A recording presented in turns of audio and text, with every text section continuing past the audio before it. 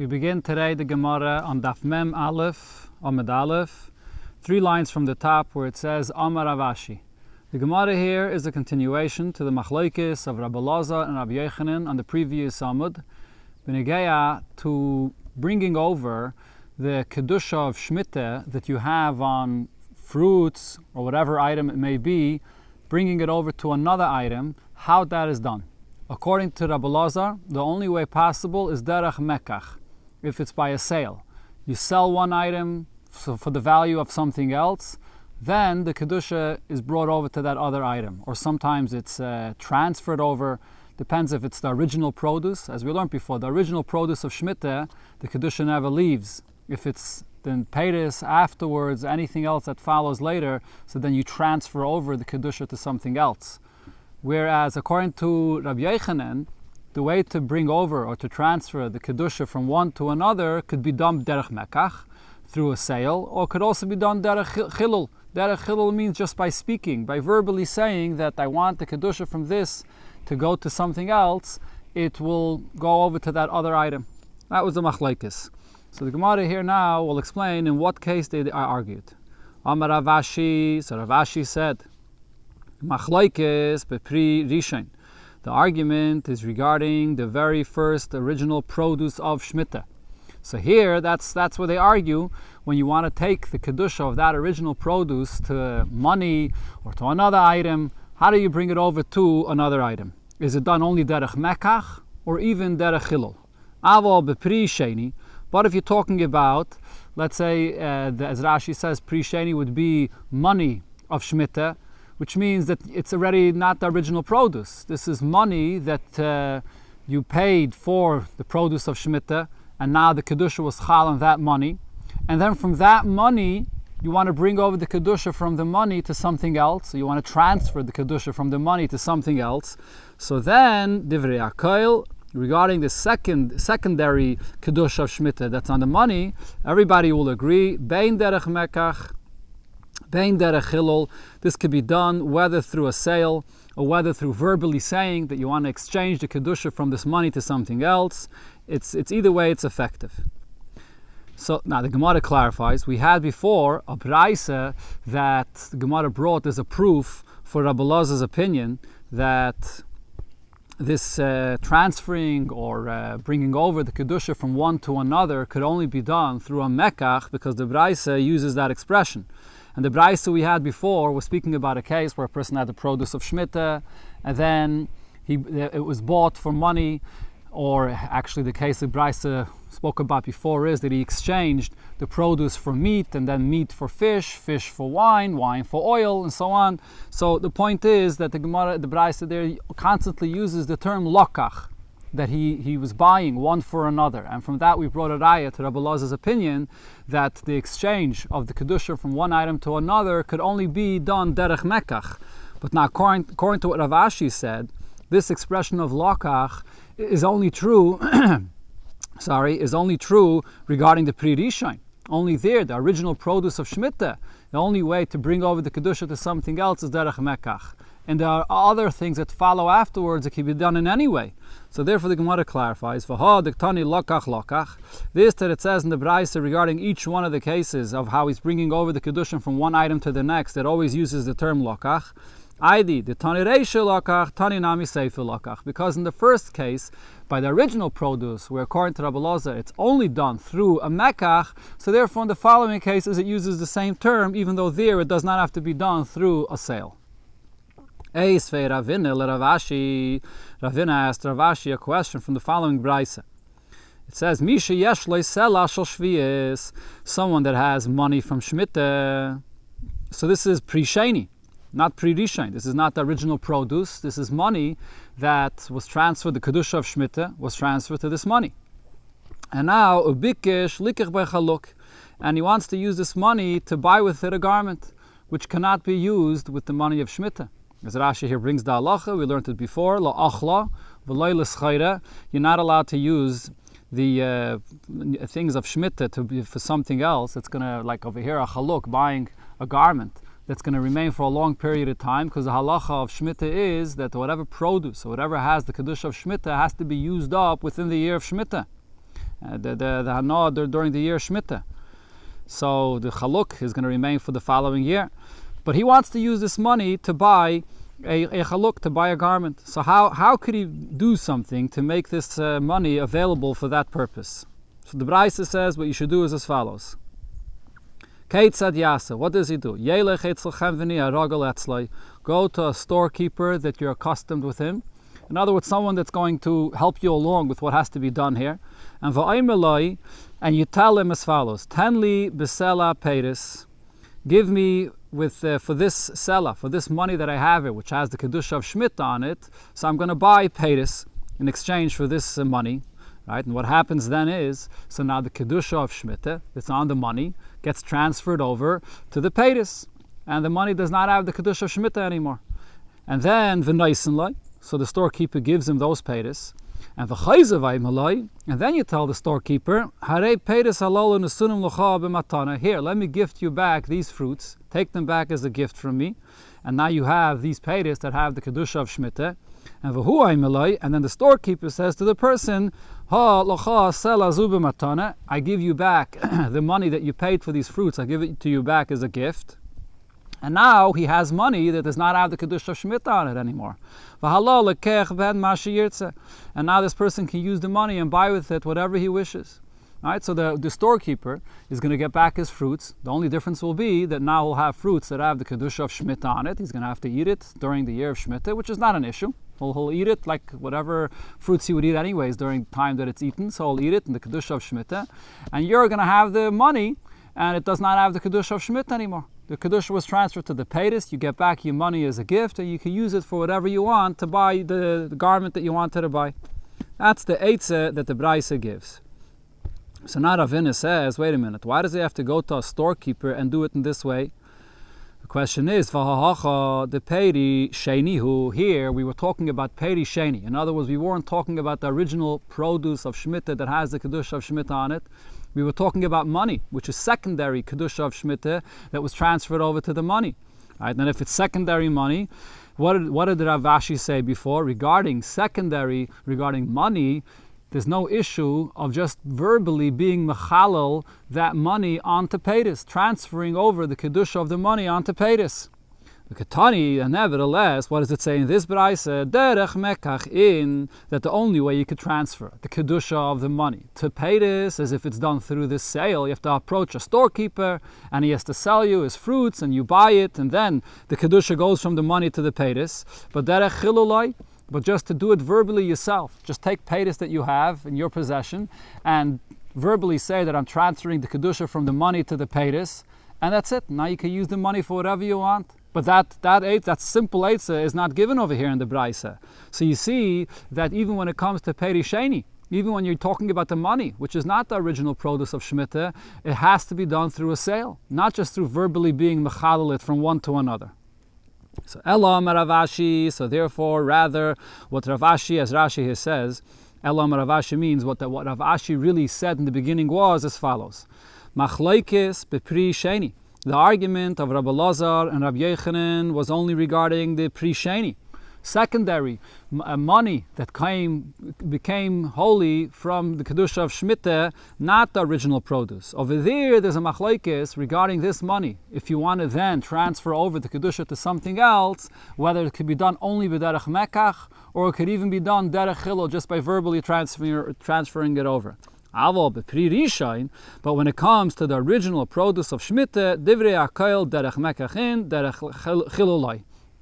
Here, everybody will agree, like the opinion of Rabbi Lazar, that you learn it out from the Smuchen and the Pasik, from Yovel, and to what it says afterwards, v'chisimkeru mimker lamisecha, that the only way to bring over the kedusha of the original produce of Shemitah to money or to whatever else it is only if it's done derech mekach, by a sale, and not just through verbally saying this. Now the Gemara comes back to the Braisa we had before that was a raya to Rabbi Yochanan. The Braisa before, where it said that it can be done derech chilul, and there, what is it talking about? So over there, the Gemara clarifies that both regarding Shemitah and regarding Ma'aseh Sheni, the Braisa uses the term chilul, that it could be done verbally. And seemingly, it's talking about the shvius, the original produce of Shemitah, that the way to transfer the money from there to another item, and that Braisa was talking about animals or birds, it could be done derech chilul. But according to what we're saying now, everybody agrees regarding the Pri Rishon that it could only be done derech mekach. So why does the Braisa use the term chilul? So the answer is, my shvius, when that Braisa used the term shvius, it wasn't referring to the original produce of Shemitah, the Mei shvius. It was talking about money that became holy from the produce of Shemitah. It's not the original produce of Shemitah. That's the pshat there. And now the Gemara proves this. The Ilay Teima Hachi, if you're not going to say so now Meiser. When it said in the Braisa Meiser that you're going to be Mechalel the Meiser on what? You're going to take the original produce of Meiser Sheni and you're going to transfer over the Kedusha of the Meiser Sheni onto what was the Braisa speaking about? Animals or birds. Could that be done? But the Meiser Mamish, is it speaking about literally the original produce of Meiser Sheni? You can't be mechalel, you can't bring over the kedusha of the Meiser Sheni onto animals, because v'aksiv, the pasuk says, v'tzarta kesef biyadecha, that the only thing that you could be mechalel, the Meiser Sheni on, is money. That's what v'tzarta kesef means. It has to be a tzura of kesef. You have to have money that you're going to then carry to Yerushalayim, and then there in Yerushalayim with the money, then over there you could buy the food to eat in Yerushalayim. But the original chilul from the Meiser Sheni has to be done onto kesef. Ella the Mei Meiser. So the only way to explain when the Braisa spoke about Meiser being mechal the Meiser onto animals is not the original Meiser; it's the money of Meiser. So Hachanami the Mei Shvius. So too we understand when the Braisa says Shvius, it doesn't refer to the original produce from Shemitah. It's talking about the money of Shemitah. There you can be mechal it verbally, and it does not have to be done derech mekach. But if it's the original produce of Shemitah, Rabbi Yochanan, Rabbi Elazar, everybody will agree that it has to be done dafke derech mekach. Zok the Heilige Mishnah, coming back to the halachis of the Dalad Minim. Barishaina, in the beginning, Haya Lulav Nitl b'Mikdash Shiva. The Lulav was taken, in other words, the mitzvah of the Dalad Minim in the Beis HaMikdash was all 7 days. As Rashi here brings the pasuk, when it says in the Torah, Smachtem l'fnei Hashem l'keichem shivas yamim, it refers to the mitzvah of Lulav in the Beis HaMikdash, l'fnei Hashem l'keichem in the Beis HaMikdash, for 7 days. Also, every day a yontif. V'medina. But outside the Beis HaMikdash, in any other place, which according to Rashi includes even in Yerushalayim, Yom Echad. Over there, the mitzvah of Lulav is only 1 day. That's the mitzvah of L'kachtem Lachem b'Yom HaRishon, just 1 day. That's Rashi's opinion. However, the Rambam disagrees. The Rambam, according to most, the Rambam, when he says this halacha, considers Yerushalayim also to be Lifnei Hashem L'keichem. There's a similar lashon the Torah uses regarding Meiser Sheni, which we just actually spoke about, that has to be brought to Yerushalayim, and over there the Torah considers Yerushalayim to be Lifnei Hashem L'kecha. So therefore, B'Mikdash refers to Yerushalayim, and B'Medina refers to the rest of Eretz Yisrael, or the rest of the world, not Yerushalayim. Mishachara Beis HaMikdash. When the Beis HaMikdash was destroyed, Hiskin Rabbi Yochanan ben Zakkai. Rabbi Yochanan ben Zakkai instituted Sheyehei Lulav Nitl b'Medina Shiva, that the lulav should be taken even in any other place, outside the Beis HaMikdash, outside Yerushalayim, all 7 days. Zeicher leMikdash. A zeicher for the mitzvah the way it was done in the Beis HaMikdash. And another thing Rabbi Yochanan ben Zakkai was masakin, V'sheyehei Yom Henef Kuloi Aser.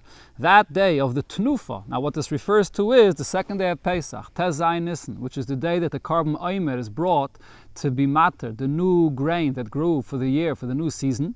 So, only after they brought the carbon omer is the Chodesh, the new Tvuah, going to be mutter to eat.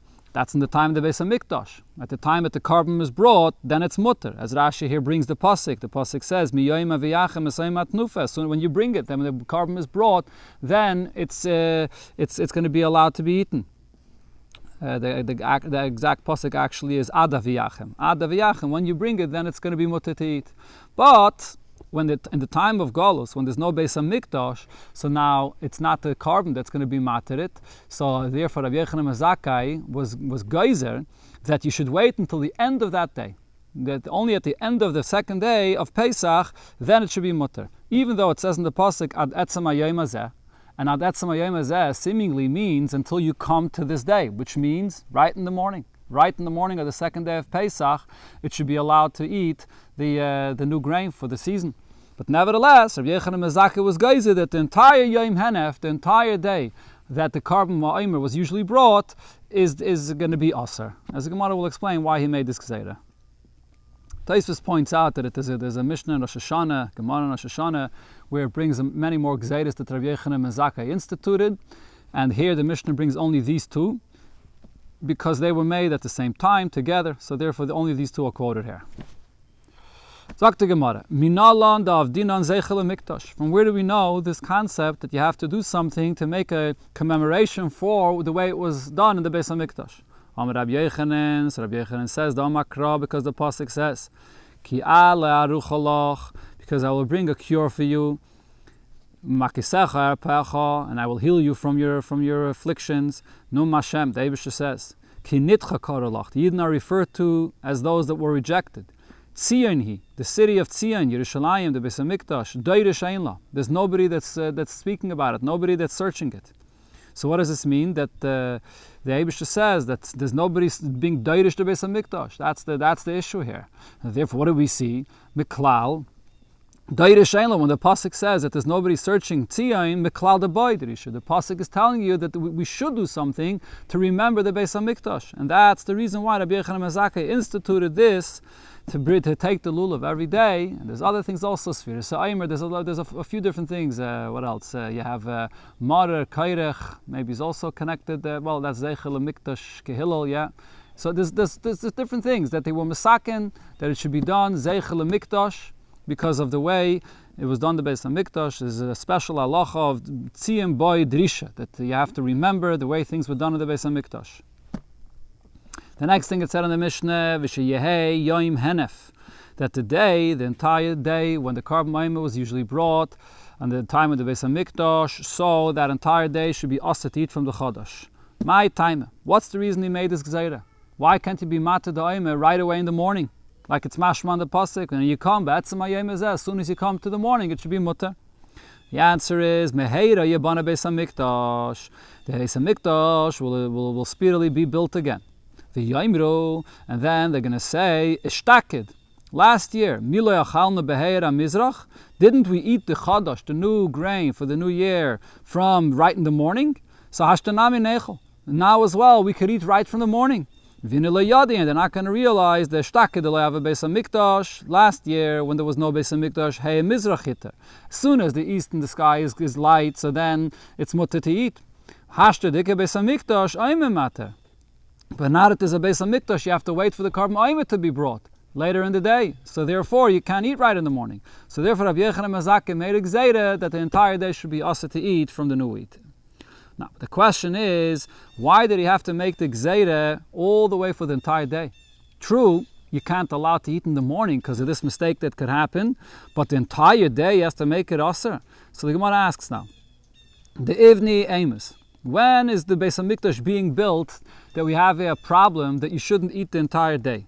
If you're going to say that what might happen is that the Beis HaMikdash will be built. Mashiach will come. The Beis HaMikdash will be built on the second day of Pesach, on the 16th day of Nisan. So then, Harei Hitter Heir Mizrach. So in that case, that there's no issue here, B'chlal. Because as soon as the morning came and there was no Beis HaMikdash yet, right away it was mutter. The pasuk that says b'etzem hayom hazeh applies when you couldn't bring the carbon yet in the morning, and therefore it would have been mutter right in the morning to eat. So that's not the scenario we're talking about, that meheira yebana HaMikdash. Elo, rather, this concern of meheira yebana HaMikdash, or actually not concern, but the hope and that we believe that meheira yebana HaMikdash, the ivni b'chameser, that the Beis HaMikdash is going to be built on the 15th day, in other words, on the first day of Pesach. Or the Gemara doesn't mean specifically b'chameser, the Gemara means chameser, or any time before that. That meheira yebana HaMikdash before Pesach. So if so, why are we saying that there's a concern, that there will be a mistake here, and the entire day should be asur? Mechatzais hayom ulahalan tishteri. The gzeira of Rabbi Yochanan ben Zakkai should be only until chatzais, and then from chatzais and further it should be mutter. Why? The Hatanan, because we learned in the Mishnah regarding the carbon ha'omer that was brought in the Beis HaMikdash. Harachaykim, those that are far away from the Beis HaMikdash, and they're not sure exactly at what time of the day the carbon ha'omer is going to be brought. They want to know if it was brought already. Could they eat from the new grain or not? Mutarin mechatzais hayom ula'alan. They're allowed to eat from chatzais. Why? Lefi she'ein bezdin mesatzlim by. Because the bezdin that oversees the kohanim that do the avodah in the Beis Hamikdash to bring the carbon omer, they're never lazy that it should be brought in the Beis Hamikdash later than chatzais. By chatzais, it was definitely brought. If so, the question is over here as well. What is the concern? That the Beis Hamikdash is going to be built and someone's going to want to eat it right away from the morning. And he has to wait for the carbon to be brought later in the day. No, so what's the latest? The carbon could be brought by chatzais, but not later than that. So the Gzeira of Rabbi Yochanan ben Zakkai should have been until chatzais. Why did he make a Gzeira that there's a concern that we have to wait, that the carbon might be brought all the way at the end of the day, and therefore don't eat until the end of the day? So the Gemara answers, so over here the case is, because maybe what could happen is the Ivni Balelia, that the Beis Hamikdash might be built that night. The night, in other words, the night of Leil Shisha Asa ben Nisan, the 16th of Nisan, that night. Hinami Samach L'Shkiyas Achama, or maybe the day before, but right by Shkiyas Achama, very late in the day, right before the following day. And therefore, in this case, because there's so much work to be done, they're going to be building the Beis Hamikdash. So there's the Beis Hamikdash that's being built at night, right? So, and then Rashi says, the main work of it that there's going to be is the omer, to prepare the omer. Rashi here brings a whole list of things that have to be done. You have to cut it, and you have to dry it, and then you have to gather it, and you have to grind it, and then you have to sift it many times.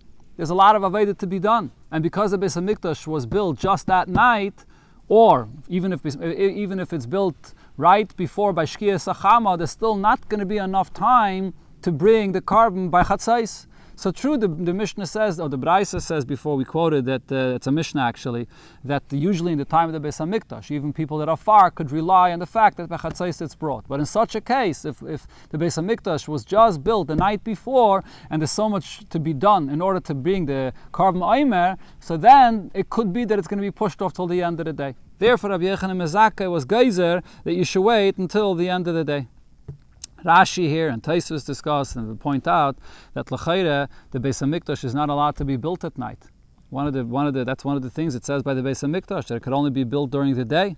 That's one question. Another question that says that the Beis Hamikdash Mashiach over here is going to come and the Beis Hamikdash is going to be built b'chameser, or it's going to be samach l'shkiyas achama on the first day of Yontif. But how could the Beis Hamikdash be built on Yontif? The binyan of the Beis Hamikdash is not deiche Yontif either. So what are we talking about over here? So Rashi answers that the lashon of the Gemara, when it says leitzriche de ivni balelia, it doesn't mean b'dei adam, that the Beis Hamikdash is going to be built at night, either samach l'shkiyas achama or at night. It means b'dei shemayim. And Rashi here brings what it says in the Medrash that we learn from the pasuk Migdash Hashem kainenu yadecha, that the Beis Hamikdash lasad lava is yigala v'yavim mishamayim. It's going to be built min hashamayim, and therefore there's no issue of the Beis Hamikdash coming samach l'shkiyas achama or coming by night even. Elamai, there's still going to be a lot of work to be done to prepare the carbon omer, and therefore we're concerned that it's not going to be ready on time, as I explained before. So this shitta of Rashi and Tosfos here, so it's famous that the Rambam in Hilchos Malachim, when he speaks about Mashiach coming and building the Beis Hamikdash, he says that it's going to be built through Mashiach. In other words, the Beis Hamikdash will be built b'dei Adam, here below, not b'na Shemayim. So how does the Rambam learn the pshat in this Gemara? The Meiri here says a very interesting thing, that even though it's not Deiche Yontif, the building the Beis Hamikdash, and building the Beis Hamikdash cannot be done by Laila, but when Mashiach comes, because of the chvivus of building the Beis Hamikdash, they might make a mistake and forget, and they'll build the Beis Hamikdash on Yontif or even at night. And then, so they'll be busy with that, and then they'll be busy with the carbon omer until later in the day, the next day. That's the pshat that the Meiri says here. Others say that maybe lasad lavai, there'll be a hirah shah, maybe then for the third Beis Hamikdash it'll be different. Kolpanim, benegeh to the etzem inyan, this is the source of the famous machlokes, whether the Beis Hamikdash lasad lavai will be built min hashamayim or will be built through Mashiach b'dei Adam. So the Rebbe in a few places spoke about this, that really both are true. And there's an aspect of both that is going to happen, that the Beis Hamikdash is going to come down in Hashemayim, but the shiurim of the Beis Hamikdash will be put up b'dei Adam. and the shar, when you put up the doors, and that's considered to be just like by the halacha in kinyanim. Only the one that puts up a door and closes it, that's the one that makes the kinyan by the halacha of nichse ager.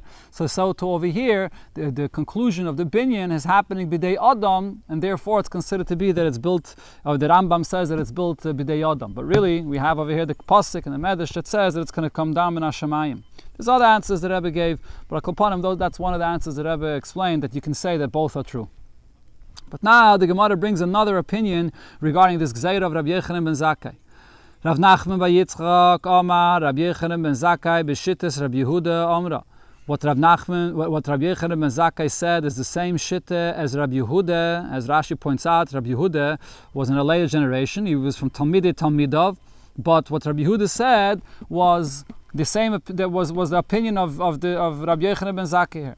The Amma, he said minatayre hu aser, that minatayre on the day that the Karban Ma'imah is brought, in the time when there is no Karban Ma'imah, minatayre, it's aser to eat from the Chadash until the end of the day. Why? Because he explained the chsiv ad etzem hayom hazeh. And what is the meaning of ad etzem hayom hazeh, until this day? Ad itzumei shel yom. It's until this very day. And what's this very day?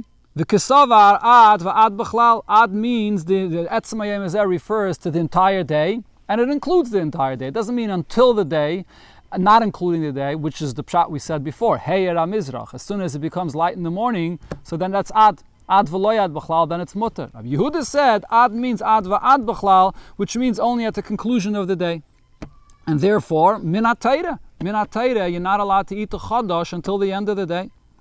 So the Gemara, mi savale kavasei, but does Rabbi Yochanan ben Zakkai hold like Rabbi Yochanan ben Zakkai? Like Rabbi Yehuda, that is? V'ha-miflik polegale, we see that they argued about this. The Tanya, or the Tanam, we learned in the Mishnah, Mishachar Beis HaMikdash, Hisken Rabbi Yochanan ben Zakkai, Sheyeh Yom Enav Kula Yasser. Rabbi Yochanan ben Zakkai instituted that the entire day that the Karban Ma'imah was brought, it should be Yasser. So Rabbi Yochanan ben Zakkai instituted this. Amar Rabbi Yehuda, so Rabbi Yehuda said, but v'haloi minatayrehu. It's not. Why do you have to be misakin this? This is awesome. Minatayrehu awesome. Minatayre is forbidden. D'chsiv ad etzem hayom hazeh ad itzumei shel yom, including the entire day. So therefore, we see that Rabbi Yehuda argued that Rabbi Yochanan ben Zakkai. Rabbi Yochanan ben Zakkai instituted it as a gzeira, and Rabbi Yehuda held that it's awesome minatayre. So the Gemara answers, no, it's not a raya from there. Rabbi Yehuda, Huda Katoi. Rabbi Yehuda is the one that mistakenly understood the opinion of Rabbi Yochanan ben Zakkai this way. Who savar? Rabbi Yehuda thought that midrabanan kama, that Rabbi Yochanan ben Zakkai, he was saying midrabanan that there's a gzeira that you should not eat the chadash until the end of the day. V'lai midaraisa kama. Really, Rabbi Yochanan ben Zakkai was saying so that minatayra, in the time when there's no Karban Ma'imah, ad etzem hayom hazeh means ad va'ad b'chlal until the end of the day. Fragt the Gemara, but v'ha hiskin kamar. Doesn't it say hiskin Rabbi Yochanan ben Zakkai, that he instituted this, meaning that it's not also minatayra? So the Gemara answers, my hiskin. What is the meaning of the word hiskin? Dorash vehiskin. It means that he darshaned, he showed everybody what it says in the pasuk ad etzem hayom hazeh, that it means ve'ad b'chlal, including the entire day. And he told people that even though they were accustomed till now to eat from chatzais forward, they were able to eat from the chadash, but he was misakin, meaning he taught them and explained them that really now when there's no carbon, it's also the entire day. That's the pshat of the word hiskin. But even Rabbi Yochanan ben Zakkai agrees that it's minatayra. The Rambam actually Paskins brings according to this opinion over here that it's also minatayra the entire day.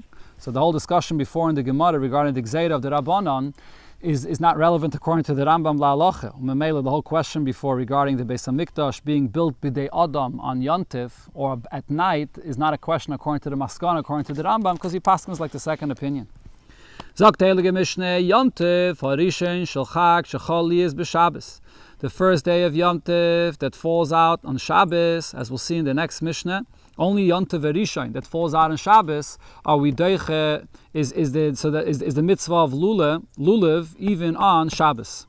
So then kol ha'am meilichenes lulavein lebeis hakneses. So everybody would bring their lulav to the shul, and then lemachras the next day on Shabbos mashkimenu boin kol echad ve'echad. Everybody would get up early and come to shul, and everyone would find and identify their own lulav.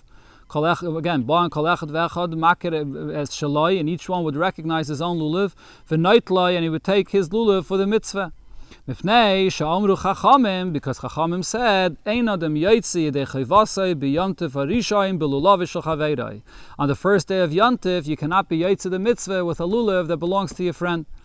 B'shayim ma'isachag, the rest of the days of Yontif, adam yotzi yedei chayvasai b'lulav shel chaverai. You could be yotzi the mitzvah of lulav with a lulav that belongs to your friend.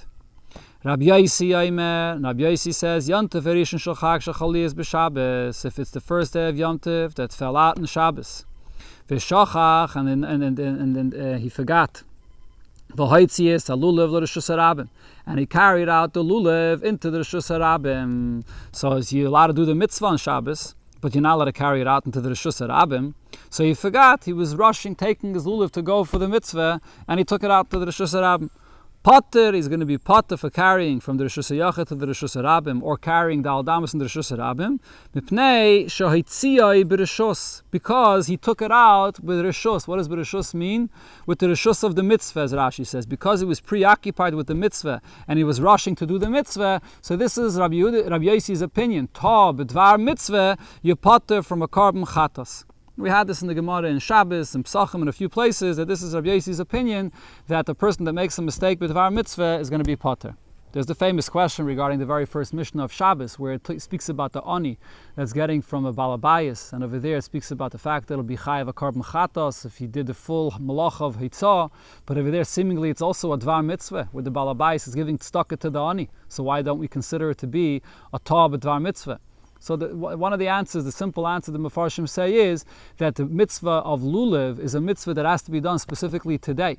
And therefore he was rushing to do the mitzvah now, and he forgot, and therefore it's ta'ah b'dvar mitzvah, and is potter.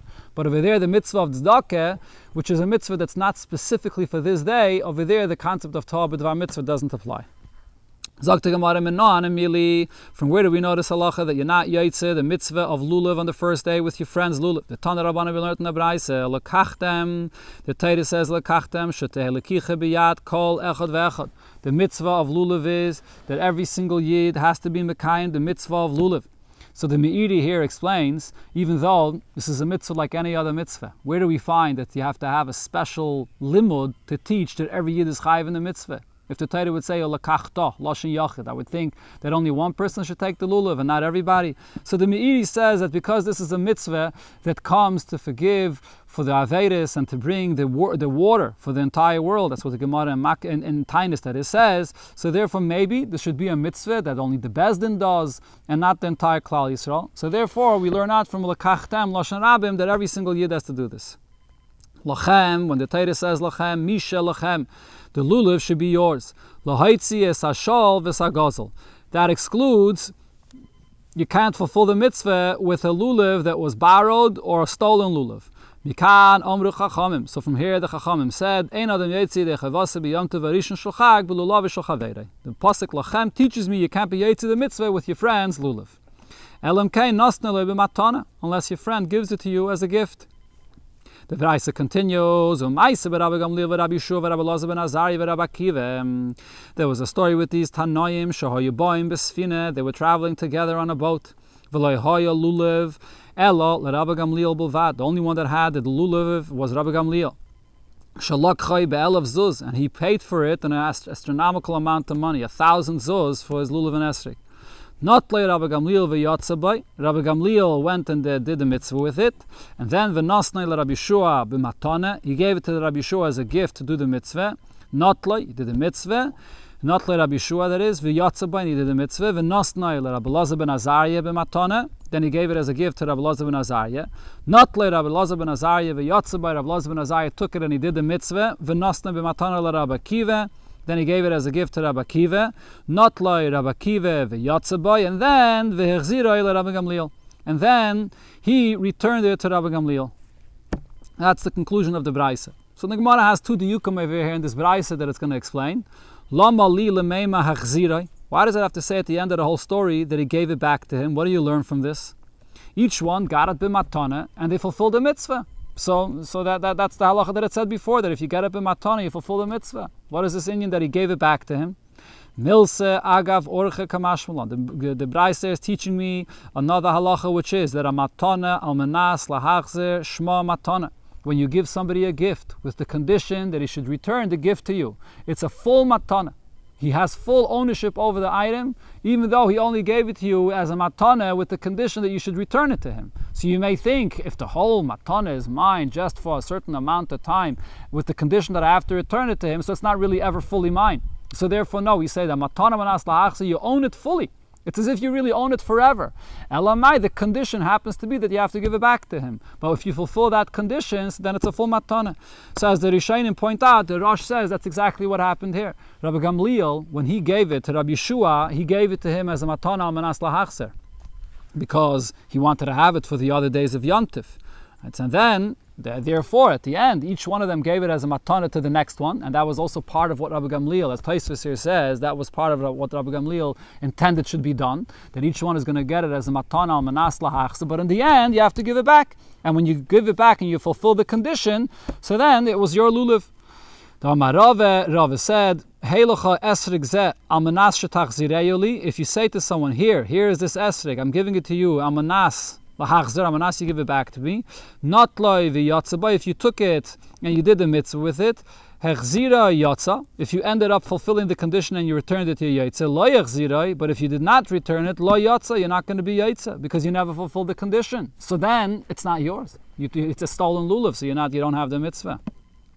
So that's the halacha of matana manas lahachzer. Another thing that Rosh points out over here, even though you see that in the Braisa, Rabbi Gamliel, it never says beferish the lashon that Rabbi Gamliel gave it to him and he made this condition of matana manas lahachzer. But it's self-understood. When you give him a lulav on the first day, it's self-understood that was his kavanah to give it a matana manas lahachzer. And in this case, not only for Rabbi Yeshua, but for all the rest of the Tanaim here. And from here you learn out that when someone gives somebody a matana on the first day of Yontiv, even if he didn't say beferish a matana manas lahachzer, but it's self-understood that's what his kavanah is, in order that the person should be able to be yaitz the mitzvah. But nevertheless, the minhag Chabad is that you should say beferish that it's a matana al manas lahachzer, and even on the other days of Yontiv as well. Sagt the Gemara, but there's another diak in the Braisa now. Lomali lemeimar. Why does the Braisa have to say shelokchoi be'elev zuz? That Rabbi Gamliel paid for this lulav and esrog 1,000 zuz. So the answer is lohidiyacho kama mitzvahs chavivas aleim. This is coming to let you know how beloved mitzvahs were upon them, that he spent this amount of money, an astronomical amount of money. And as Mefarshim point out, even though usually it says, Amavazbaz, al-Vavazbaz, Yosem, Mechaimish, over here he spent all the money in the world in order to buy this lulav and esrog. And there's another diak here in the language of the Gemara. It says, Kama mitzvahs chavivas aleihen. It doesn't say, Kama mitzvahs chavivas olav. So the Mefarshim say what might have happened over here is that there were many people that wanted to buy this one lulav and esrog that was available, and many people offered money for it, aleihen, and therefore Rabbi Gamliel was forced to spend more money and to offer more money in order to get this lulav and esrog. That's why he ended up spending so much money. Amalei bar meimar mar bar meimar Ravashi. Abba, my father, Tzluye Kamatzli Bey. When he would daven, when Ameimer would daven, he would daven holding the lulav. Also, this is the same concept, the chavivas that he had for the mitzvah of lulav. He held it in his hands even when he was davening. Meisvei, so the Gemara asks on this. It says in the Braisa, Lo yoichaz adam tefillin b'yadai v'sefer Torah b'chekai. A person should not hold a tefillin in his hands or a sefer Torah on his lap v'yispal, and daven that way. Because your mind becomes preoccupied with the concern of this tefillin or sefer Torah, that it should hold it properly and shouldn't chas v'shalom fall out of your hands. So it takes away from your kavanah of davening.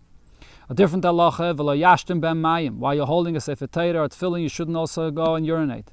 V'lo yisham ben. You shouldn't sleep while you're holding a sefer Torah or tefillin. Lo shinas kva, v'lo shinas sare. Not a permanent sleep and not even a temporary, even a nap, because it might fall out of your hands. V'alma Shmuel, and Shmuel also adds and says another thing: sakin, kaire, kikar, a knife, a plate, a full plate, a kikar, a loaf of bread, mois, money, harela kayetzbem. As the same malach, if they fall out of your hand, it gets ruined or gets lost, and therefore you're concerned about it while you're davening, and it takes away from your kavanah. So shouldn't the same thing apply regarding a mitzvah? Lulav, holding the lulav in your hands, just like we said here. So holding the lulav in the hands takes away your concern, your attention, your focus on the davening. Answers the Gemara, Hasam lav mitzvaninu. Over there, just holding the tefillin in your hands, holding the sefer Torah in your hands, it's not a mitzvah to hold it. V'tared buhu. The only thing it is the fact that you're just preoccupied with the concern that it shouldn't fall out of your hands, so it takes away from your kavanah of davening. Hacha mitzvaninu. Over here, it's a mitzvah. It's not just something that you're holding in your hands. You're doing a mitzvah. The whole mitzvah of lulav is done how? By holding it in your hands. So therefore, every moment you're holding it in your hands, it's considered to be a mitzvah. That's the way the mitzvah is done. V'lo tared b'hu, and therefore that's not something that does not preoccupy your mind to take you away from the kavanah of davening. So in Rashi over here it says that there's a difference if it's called a masa, when you hold something that's just, you're holding something just to hold it, and then it takes away your mind from the davening. Whereas if you're holding it, and that's the way the mitzvah is done, that's a mitzvah. That doesn't take away your attention from davening. The Ritva adds that if this is the way the mitzvah is done, Sa'adarabah, the chavivus of the mitzvah cannot take away from your kavanah in davening. If anything, it adds to your kavanah of davening. The more chavivus you have in doing a mitzvah, the more you'll focus on your davening as well to daven properly. The Gemara brings now Braise Tanya Rabbi Loza Bar Tzaddik Kachayim in Hagan Shalan Shir Yerushalayim. This was the custom of the people of Yerushalayim. Adam Yitzim Beisa, he goes out of his house. V'lulavei biyadeh. He's still holding the lulav in his hands, all for the chavivus of the mitzvah. Haylech lebeis hakneses. He's going to the shul to daven. Lulavei biyadeh. The lulav is in his hands. Kaire kriya shema mispal. That when they daven, saying kriya shema and davening, the lulav is also in it. V'lulavei biyadeh. Kaire b'teira. When he's reading from the teira, v'noises kapov, and he is duchening, so then he has to hold the Torah, or he has to be duchen, so he can't hold the lulav in his hands. So then manichal gabe karke, he puts it down on the ground. He goes to do the mitzvah of bikachaylim or nechamavelim lulav biyad. He still goes with the lulav in his hands. Nichnas lebeis hamedrish, when he goes into the beis hamedrish, and then he gets involved to learn, so he doesn't want to hold the lulav in his hands; it could fall out. He's going to be too involved in the learning. Mishager lulav biyad benoi, biyad avdoi, biyad shlucha. He sends the lulav in the hands of his son, his servant, or a messenger to take it home, to put it away. My kamashmalon. What was Rabbi Loza Bar Tzaddik teaching us here? Even though, regarding the concept of holding it during davening, that we already explained before, the chavivus, but to this extent, to hold it constantly, what is he telling it? Yeah, they have to hold it constantly this way. So, like the yacha, kama is reason b'mitzvahs. You're not obligated to hold it all day this way, but to show us to what extent there was reason b'mitzvahs that they had the lulav in their hands wherever they went the entire day because of their love for the mitzvah.